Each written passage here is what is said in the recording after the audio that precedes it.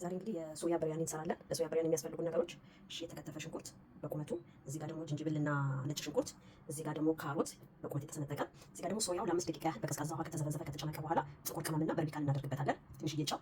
እዚህ ደግሞ ቅመም አለን። ቅመሙ የመጥበሻ አለው፣ ጥቁር ቅመም አለው፣ 7 ቅመም የሚባሉት አለው፣ እርድ አለው። እነዚህ አንድ ጋር እናደርጋለን ማለት ነው። አሁን ሩዙን መጀመሪያ እንቀቅላለን። ሩዙን ከቀቀልን በኋላ ደግሞ ወደ ስራው እንመለሳለን። ሶያውን ግን የምንሰራው በዘይት አንጠብሰው። መጀመሪያ እንደዚህ እናቀላቅለን፣ በደንብ እናቀላቅለውና ከሁሉም ቦታ እንዲዳረስ ጨውም ቅመሙም አብሮ እንዲዳረስ በስነ ስርዓት በደንብ እንለውሰዋለን። ከዛ ፍራይ ውስጥ ነው የምንከተው። ለፍራዩ ቢያንስ እስከ 15 ደቂቃ ይቆያል። አሁን በዚህ ሁኔታ ፍራይ ውስጥ ከተነዋል። 15 ደቂቃ ያህል ወደ ፍራይ እንከተዋለን ማለት ነው። እኛ ከዛ ሌላ ስራችንን እንሰራለን። 15 ደቂቃ እንጠብቃለን።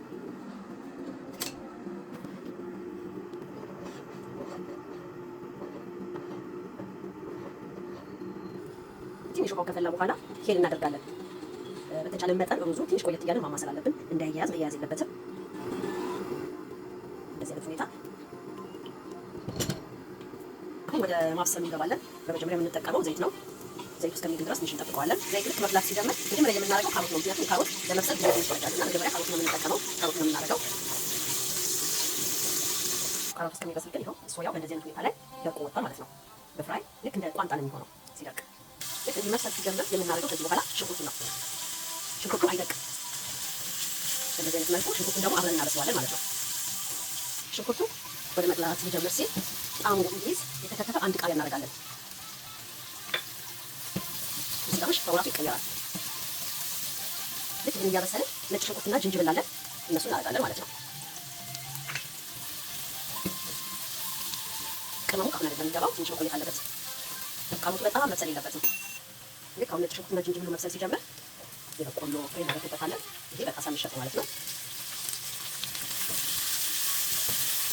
እንደዚህ አይነት አሁን ደግሞ ለ4 ደቂቃ ያህል እናበስላለን። አሁን ከ4 ደቂቃ በኋላ ተመልሰን ደግሞ መብሰል ሲጀምር ያደረግነውን ቅመም እናደርጋለን ማለት ነው።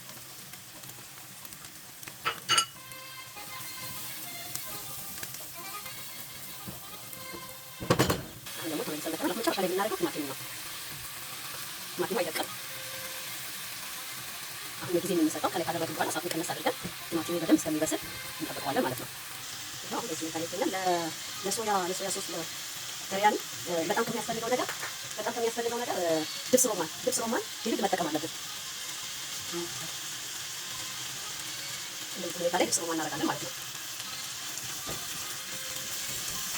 ከዚያ ያጣፍጠዋል። አሁን ድብስ ሮማኑ እንደዚህ ከገባ በኋላ እንደዚህ ነው ጀምሯል ማለት ነው። መንተክተክ ጀምሯል። አሁን የምናደርገው የጠበስነው ሶያ በኤርፍራይ የጠበስነው ሶያ ይሄ ማለት ነው። እሱን እናደርጋለን ማለት ነው። እሱን ካደረግን በኋላ በዚህ አይነት ሁኔታ እሳቱን ቀነስ አድርገን እንተዋለን። ከዛ እዚህ የቀቀልነውን ሩዝ ከላይ አድርገን ቀስ እያልን ሩዙ እንዳይያዝብን እሳት በጣም መቀነስ አለብን። ምክንያቱም ቲማቲም ስላለ ቀስ ብሎ ያለውን ውሃ እንዲመጣው፣ በርቢካን ደግሞ ድብስ ሮማን በጊዜው ውሃ ነገር ያመጣል። ስለዚህ መጨረሻ ላይ ደግሞ እንግዲህ በዚህ ሁኔታ ላይ እንደዚህ ተጠናቋል። ይሄ ነው ማለት ነው። ያው ይሄ ስለሆነ ነው በዚህ ሁኔታ ተሰፋ